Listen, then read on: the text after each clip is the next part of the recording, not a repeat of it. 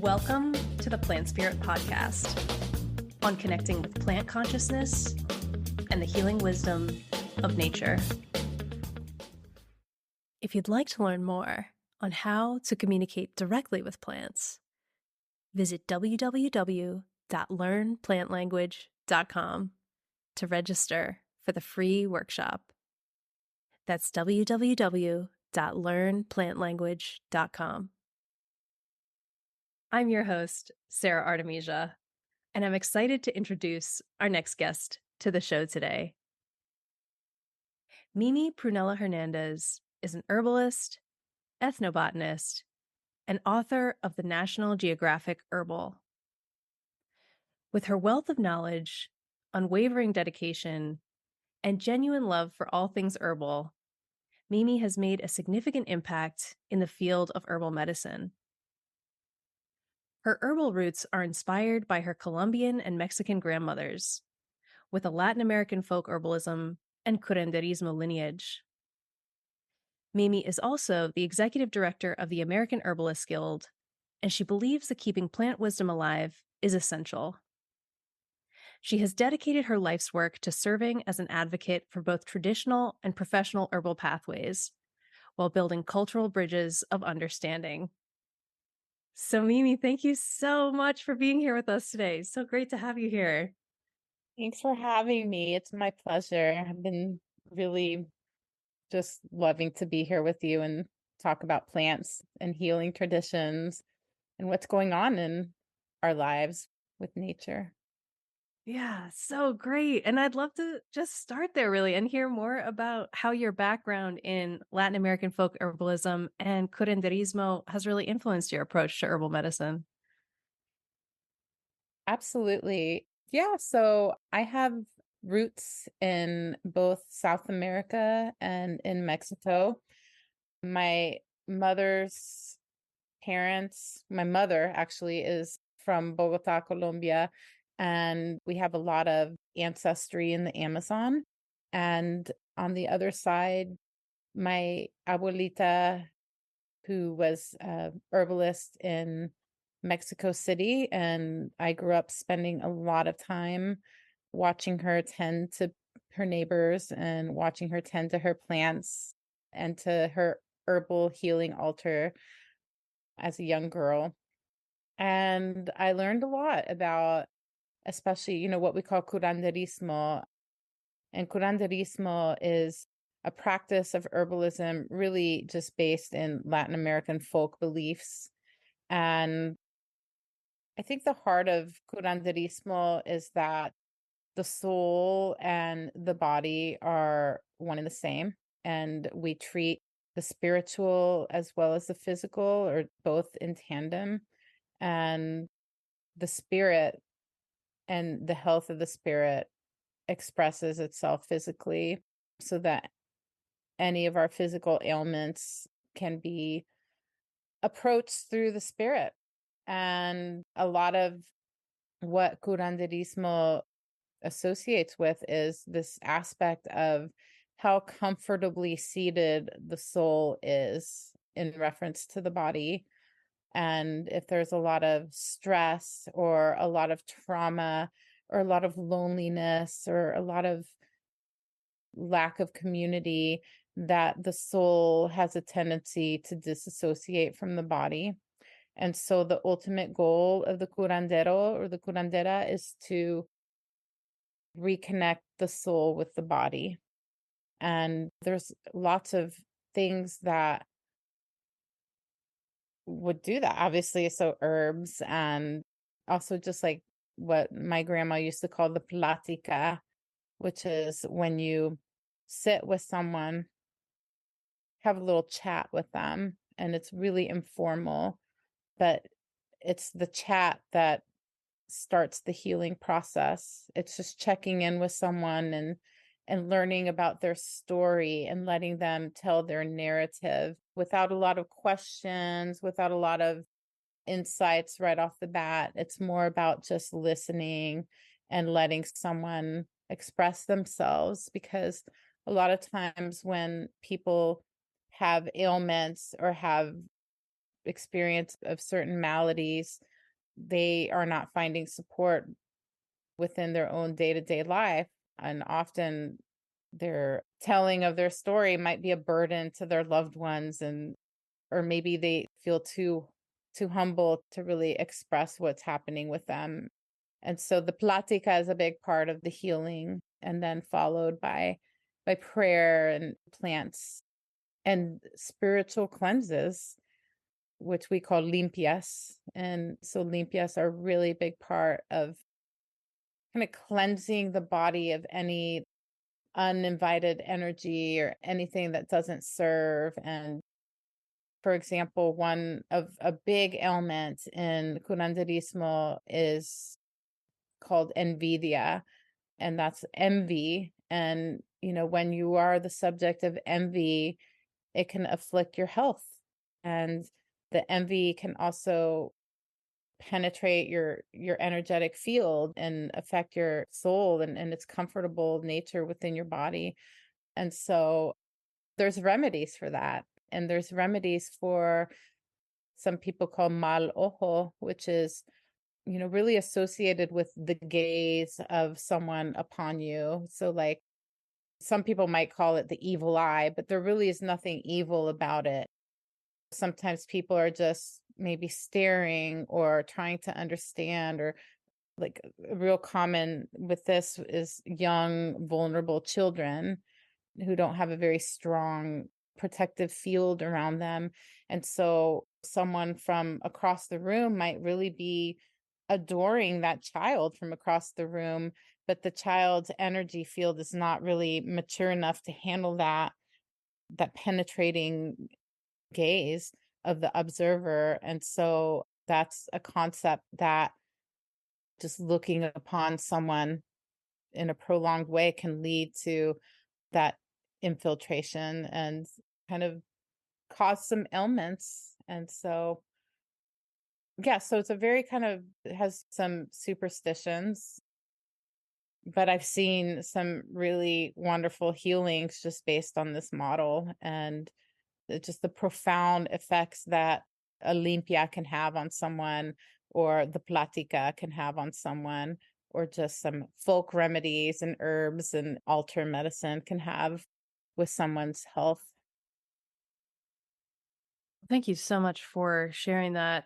And yeah, there's so much in what you just shared there. The thing that really stands out to me is the multi-layered aspect of it, and also the power of being present with people, the power of being present when we are present, when we listen, when we let people share, when we let people express themselves, how there's so much healing in that, and how as a practitioner there's a lot of value in meeting people where they're at and really getting to know who is this being sitting in front of me, and that this can better support the healing process with the plants. So thank you so much for sharing that, and also just honor the lineage that you're carrying forward in that way, and honor the way that you bring this lineage forward in a way that is also translatable to the Western mind that is perhaps more accustomed to scientific models of understanding. So I really, really appreciate that. And yeah, just the many layers of being human, the many layers of the experience in the human body. And also, we were talking about this a little bit earlier too, the many layers of the plants and how they express themselves in these many different layers. And I was curious just in that experience of how you really are this bridge with the science and the Latin American folk herbalism experience. If you could share about the power of scent, the power of aromas, and how aromas and scent can help us both connect with the plants, with the healing power of the plants, and also with lineage, with experiences of lineage. Ooh, yeah, that's a fascinating question. I definitely feel that the aroma of a plant is one way that plants communicate with people. And I definitely, it's interesting you bring this up because, we were just talking about my grandmothers, and who both passed away before I was an adult. And I've had some very interesting experiences with their memory, with my memories that are triggered by different scents that they carried in my childhood. And I remember really clearly one day being at the National Library of Medicine, of all places, researching and pulling up recent research articles on herbal medicine, and just kind of out of nowhere. And I don't know if someone walked by, or where this aroma came from, but I had this smell that I experienced. And here I am walking next to these computers, and just out of nowhere, I was almost paralyzed with memories. And I remembered my Colombian grandmother from Bogota, and just like everything about her, from the wrinkles on her face to her face, mainly because she always had this shimmering glow on her face. And I just remembered her voice, and it was all like a sudden experience after I smelled this interesting aroma pass by. And so it's almost like my grandmother just came to visit me at the National Library of Medicine. And she may have, because my mom told me she was really interested in herbs and probably just affirming my research and things like that. But I didn't know what the aroma was associated with until a couple years later, when I actually smelled a essential oil of Helichrysum, which is a real healing plant that's really popular for like healing scars, and it's a topical in a lot of like face creams and preventing like aging and things like that. And I remember that my grandma had this cream that she used to make and apply, and it had this shimmering, glittery hue to it. And now I know that to be like mother of pearl that was ground into powder. And that cream had helichrysum in it. And so, and it's what she wore every day. So that really am grateful for that, for helichrysum, as a kind of reminder of my grandmother. So yeah, and then like even years later, ironically, I got this spritzer of a helichrysum hydrosol from a good friend of mine, herbalist Erica Galinton. And Erica had sat with the plant and determined that helichrysum was associated with the healing of generational trauma.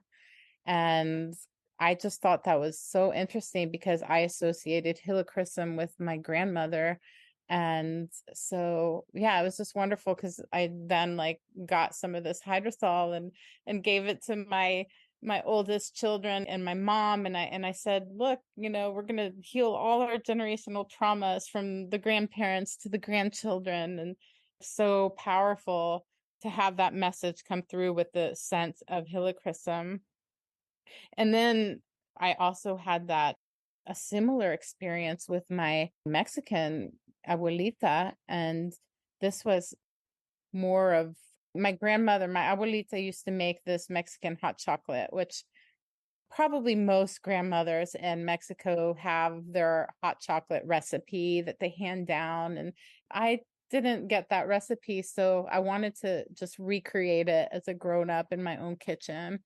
And so I kept experimenting with this hot chocolate, and I kept like, it was wonderful. Like, what I made was great, but there was like something missing, and I couldn't quite pin what was in that hot chocolate that I needed, just that missing ingredient, until years later when I was like sitting in a herb class, and there were these little baggies of cinnamon coming around the room, different varieties, different species.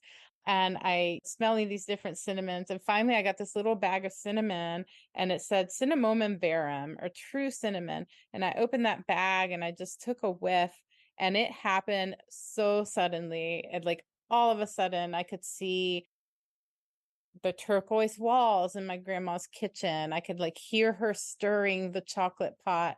I could hear her little voice. I could like smell the cinnamon and chocolate. And it was just like all of a sudden I knew that was my grandma's hot chocolate. That was the missing ingredient. That was the aroma that my grandmother held for me as a child. And so that was just such a interesting experiences. And as a science person, also I've learned that aromas, these tiny little aromatic molecules, they're so tiny that they float into the air and they're airborne, which is why we can smell them, because they just kind of waft into our nasal passages, and they land on this olfactory bulb, like a little receptor and a key.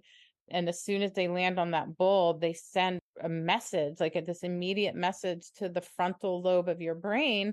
And lo and behold, that's like what people say memories are affiliated with that part of your brain. And I think that when we make memories, we store those memories along with the aromas that were present when we made those memories. And so often, to access those memories, you can use that aroma. This is a good student tool. If you're studying to memorize a list of plant families or something, and you have a certain signature smell around you, like rosemary or oregano, and then later when you're actually taking the test, you can smell that smell that was in the room with you when you memorized that list. And I used to do this as a student. I would like braid lemongrass into my hair, or put little essential oil drops in my hair and in my braids, and then like just kind of smell them when I needed that memory retrieval. So yeah, it's kind of geeky, but also super profound with the memories of my grandmothers. Beautiful. And just so amazing that they could live on in that moment, in those moments as you were rediscovering your grandmother's hot chocolate recipe, and just the power of Helichrysum for healing generational trauma. Certainly, I feel that that is such a huge thing that so many of us are doing in this Mm. lifetime right now, and just how amazing that the plants can be allies in that process. So, yeah, thank you so much for sharing that, and how scent is such a powerful way for connecting with the plants. And I was curious too, are there some other ways that you connect with plant consciousness and their healing abilities that you'd be open to Mm. sharing? I think that it's as simple as, similar how you responded to my story about my Mexican grandmother's kind of role in holding space and sitting with people. I think it's similar in that the plants hold space with me, and I can like, they pull me up for a platica. Like I can go and I feel this invitation to just sit with them. And then it's almost like I hear that voice of like, tell me what's happening. And then it gives me a chance to really sit and be like, look, here's what's happening. Here's how I'm feeling. And here's what this week has been like. And here's where I'm hurting. And just, it's almost like they're the curandero to me. And so I think it's just sitting with the plant, with a plant or a stand of plants, or even in the forest, feeling summoned, feeling invited to share with them. And especially in times when, because I'm a very emotionally vulnerable person, when I feel alone or when I feel kind of hopeless, and then I go outside and then I remember, oh, I have friends, and I just kind of take a walk and I'm like, hi. And I feel like they're excited to see me. I feel like they're giggling with me. I feel like if you know chickweed, all chickweed knows you. Even if it's a plant in a different state, it's chickweed. And I feel like there's this unified consciousness of chickweed that greets me with a giggle every time I encounter it. It's like, oh, hi, Mimi. And they're like giggly and they're all just like fun and excited to see me. And I hear that, even if it's like a totally different chickweed patch in a totally different country. It's like I feel the giggle. And so, yeah, I think just like sitting with these plants. One of my soul plants is called rue, and it's not a giggly plant. It's more of a very kind of deep and dark, profound, a plant of a serious nature, and really helps me clarify vision. I mean, it's associated with vision. And it just kind of helps me when I can't see clearly.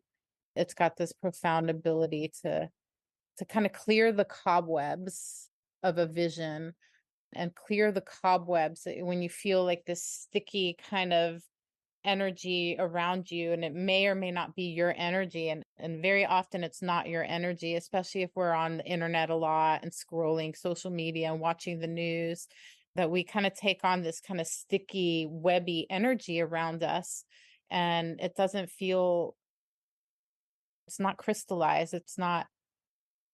In Curanderismo, rue is one of those plants that we use as a limpia. And the way I see it is like it's cleaning the cobwebs. It's such a wonderful experience, and it takes its role very seriously. I think those might be a couple examples where I feel like plant consciousness is in relationship with my own consciousness. Yeah, wow, that is so great. Such great examples too with the chickweed. I love, first of all, that you just shared about the unified consciousness of chickweed. Greets you with a giggle. Like, yes, I love that. And I feel that too, when I'm outside walking with the plants and just walking among friends, and how great that is. Where, when I travel and then I see some plant friends who I know here back in the Northwest of the United States, just how amazing that is to feel this connection of plants all around the world. Or we were talking about prickly pear earlier, and how some prickly pear growing near you, and there's also some out here, and just how amazing that is. And rue, just so powerful. Do you feel that there's a connection with rue also with the lineage piece? In my understanding, that's a plant that a lot of people work with in Central and South America as well. It is so pervasive in Central and South America and Mexico as a healing plant, and it's not native to Latin America. It's more of a like Mediterranean native plant, but as an introduced plant, it's something that has really profoundly developed a relationship with Latin American folk healers. And definitely, I watched my abuelita in Mexico heal a family member from the mal ojo. It was my little sister who had been at the market, and she was so cute. And a lot of people were just like adoring her. And she literally just fainted in the middle of the market. And we ran home with her and laid her on the bed. And my abuelita did this. They also do like this cleanse with an egg. It's like a diagnosis. And she like swept her whole body with this egg and then cracked the egg in a glass of water. And I just sat there watching it with her, hanging on her apron strings. And all of a sudden, this yolk that was suspended in the water, this little button popped out of the yolk. And it literally looked like an eyeball staring at us. And that's when my grandma was like, "Oh, it's en mal ojo. It's the bad eye. She's been affected by the gaze." And she knew exactly what to do. And she went and grabbed some rue and put it in water and like started sprinkling the rue droplets over her body. And I kid you not, like she woke up right away. It was like, oh, so yeah, rue has some strong connections with like what I've seen growing up, and then what I've discovered in my own journey with rue throughout my life as an herbalist. Well, that is so powerful, and so powerful that she knew what to do in that moment. And to me, that speaks so deeply to how important it is to remain connected to these ancient lineages of healing. That this is so, so important, because when we encounter different maladies or imbalances in the human experience, we can be better equipped with a multitude of tools, a multitude of layers to adequately address what's going on the level that it's going on. That this is to get to the root of what is happening, and that there are many different ways, many different places where that root can be seated. And so it's so important to be connected to this. It's so wonderful that you were there for that you were able to experience that at such a young age. Yeah, and I want to come back to something that you were also sharing about as well, with this experience that you have of walking outside, connecting with the plants around, and how so important that is. And I know that one of your biggest passions in life as well is stewarding native plant sanctuaries. And so I was curious if you could share a little bit about that. I know right now you are stewarding the PonderLand Native Plant Sanctuary, if you'd be open to sharing about that, and then really anything else that you'd love to share. Right. Yeah. It's been like a huge kind of emergence in recently in my life because I've always been a city girl and I've always dreamed of having just a little patch that I can steward and take care of and teach from and just protect and love on. And about 3 or 4 years ago, I had experienced a dream of buying my first home and where I was like really looking for really kind of just looking in neighborhoods and like your common everyday neighborhood. And my real estate was like, let's step outside of the box and let's go check out this place out here that's in your price range. And it's a little bit extra drive, but I know you like gardening and you're an herbalist and you might love this. So I came out here with my fiance, Terry. And the second we stepped out of the car, we're like, what? The same price as these neighborhood homes with 4 acres and just a cute little farmhouse. And that acreage had meadows and it had a pond and it had this floodplain and it had some forest. And it was just like more than I ever could dream of. And so now I realize that that was definitely, I was called to this land. And when you're buying a house, it gets very nerve-wracking. You're like, you don't know if your offer is going to be accepted, if the inspection, all this. And I just remember praying and praying that, that I knew that this was the place for me. And I know that, I would, if this place became the reality for me, that I would take care of it and I would steward it and I would teach and love on it. And so, yeah, we bought that house. We bought the house in November. And so I didn't even know what kind of plants were here yet because it was the winter, but it was magical. In the spring, I started getting out and taking walks and discovered this whole, like, in just 1 acre of woods, we've got this whole cove of black cohosh and bloodroot and yellow root and all these beautiful native plants to the foothills of Appalachia is where I am. And it's just didn't want to just jump in, even though it was my dream. I didn't want to just jump in and say, okay, I live in on 4 acres and now it's officially a native plant sanctuary. I really took my time with that because first, one of my teachers, Rocio Alarcon, who is a curandera from Ecuador, has had a really enormous influence on me and herbal spiritual healing. Her first rule, she's like, if you want to be a curandera, the first step is to know your landscape. If you want to be a healer, you have to know your landscape. And so I was like, I'm going to be very slow about this and really just get to know the landscape here. From the bottom of the woods by the creek to the top of the woods where the pine trees are, to the ridge above the meadow, to the pond and what's around it, the seasons through the year, just really take inventory and get to know these different layers and how the soil is and the trees. And so that process took a good couple years and taking inventory and really learning my botany. And I literally cataloged all these plants using a database. And I've identified over 120 wild native plants on the land. And some of them that are hard to find or they're at risk. 20 of those are listed on United Plant Savers at risk and critical list. So at that point, recently, actually, it was just happened in June that I finally submitted my application to become a member of the United Plant Savers Botanical Sanctuary Network, and I was accepted. And that was a huge, momentous occasion for the Ponderland. But it's something I wanted to take really seriously and not jump into, just like really, like Rocio says, really know the landscape. And I'm still learning every time I go out. I was just out this weekend and discovered like 3 new to me plants. And no matter how many times I walk the woods, I still see new things. Like I had a good friend of mine, Mark Williams, who's also an herbalist, came through and we went for a walk together, and he's like really tall. And I think he just like had a different viewpoint than I did. And he like taking a short walk with him, I learned like 3 or 4 new plants that I didn't even know were there. They're still introducing themselves to me. So, such a beautiful experience. Well, congrats on your new home and on becoming a UPS plant sanctuary. That's amazing. And I just love how the plants are still revealing themselves, still Yes. introducing themselves to you. And just incredible that you've cataloged over 120 plants. Mhm. That's amazing. Yeah, it's unbelievable. I live in a very rich, beautiful area of the foothills here in Polk County, North Carolina.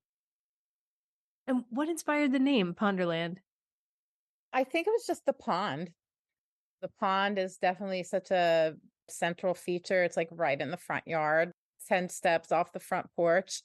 And it's like, this is a place where we're pondering our future and we're manifesting our goals together.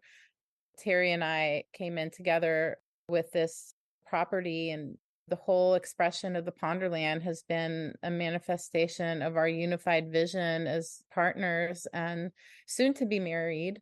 We're actually getting married on the Ponderland. So just want to share this beautiful space with all of our family and friends and really just give a lot of appropriate acknowledgments to the ancestors. And we're on Cherokee land here, and protect this little piece of land for future generations. And because we're surrounded by huge tracts of land, every side there's neighbors who own like 40 or to 100 acres of land. So we're just this like little island in the middle of these big properties who are off sometimes clear cutting. And it's just like, I can't do anything about that, but I can do something about just this little patch of land and keep it safe.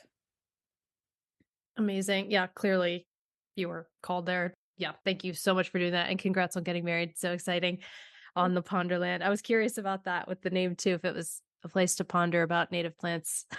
So that's great. Yeah. So great. And then you recently wrote a book. Would love to hear about the book. And then also specifically, how do you help people deepen their relationship with herbs in the book? Any aspects that you want to share about that?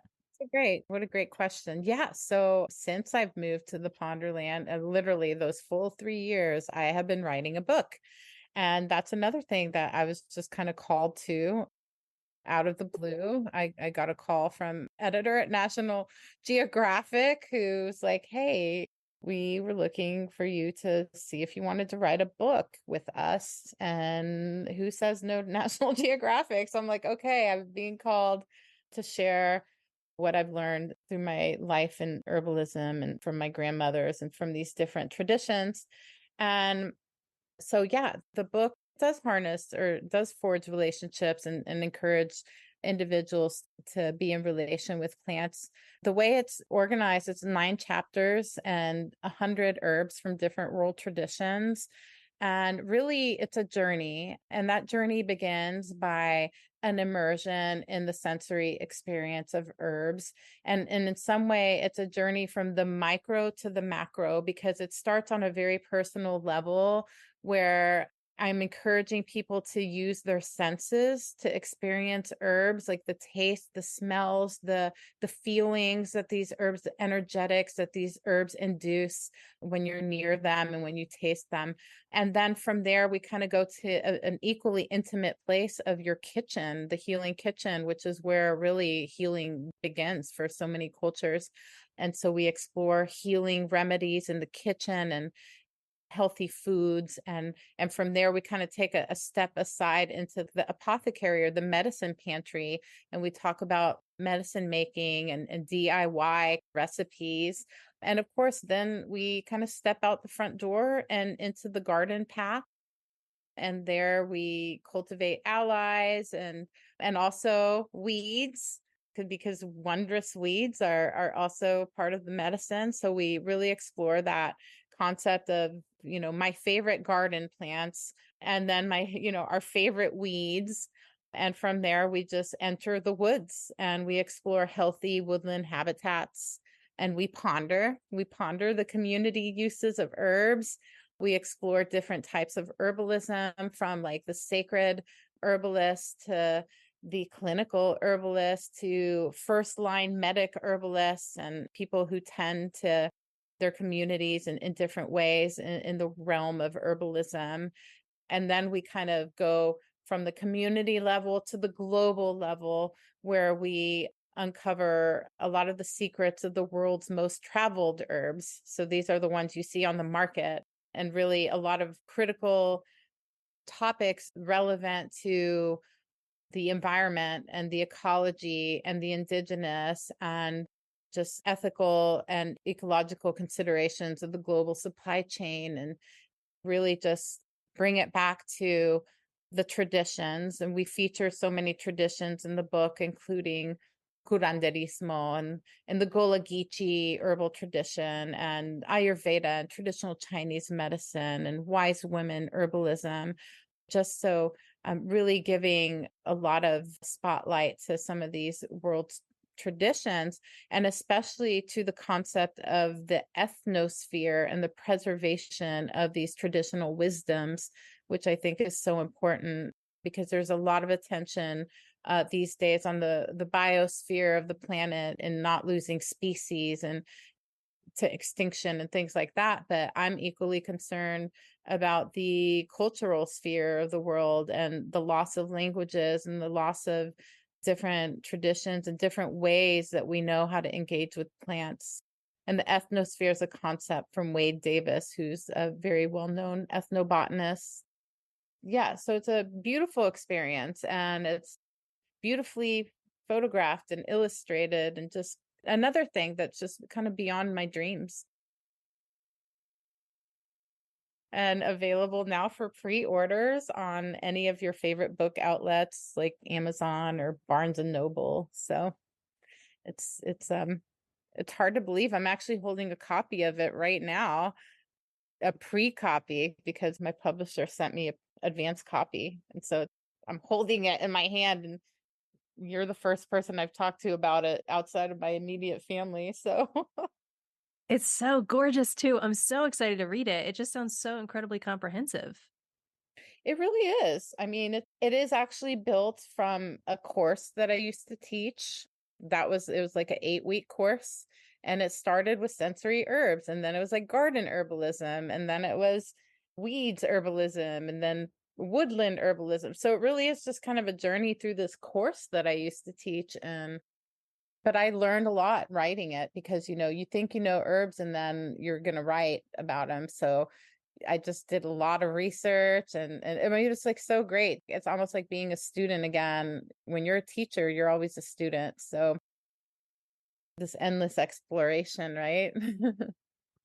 Yeah, and I love how that is certainly the case with the plants. It's endless. It's a lifelong journey of learning with them, which I just absolutely love. And so clearly your work is so powerful and incredible. So tell us, how can people find out more about you and your work? Super. Well, my website is theponderland.com or mimiprunellahernandez.com. They all go to the same place. In the process of getting a new website. The existing website is still super sweet. And I'm on Instagram at Herbal Forager, and kind of new to it. So like my Instagram and spread the word, because I'm like really kind of learning all those ins and outs of posting reels and all that. It's like, wow, I'm really being called. I'm like 51 years old and being called to learn Instagram and all this stuff. It's been fun. I do love taking pictures and teaching, so that helps. And then I just made this new Facebook page in anticipation of the book, and it's Mimi Prunella Herbal. And on Mimi Prunella Herbal, that's just going to be my forum for just sharing herbal inspirations and herbal education, and just like making educational and inspiring posts as much as I can. So hopefully that'll be super engaging for the fans who want to flock over there. Love it. Well, Mimi, thanks so much for joining us today. So incredible. Thank you. Yeah, I love it. You've got such a great demeanor and a very grounding presence. And honestly, I feel like so much more grounded and rooted than I did when I first got on the call with you. It's like just the session in and of itself was a healing experience, and I'm so grateful. Oh, thank you. So great. Thank you. You're welcome. And thanks so much for listening and joining us today on the Plant Spirit Podcast. I hope you enjoyed it, and please follow to subscribe, leave a review, and look forward to seeing you on the next episode.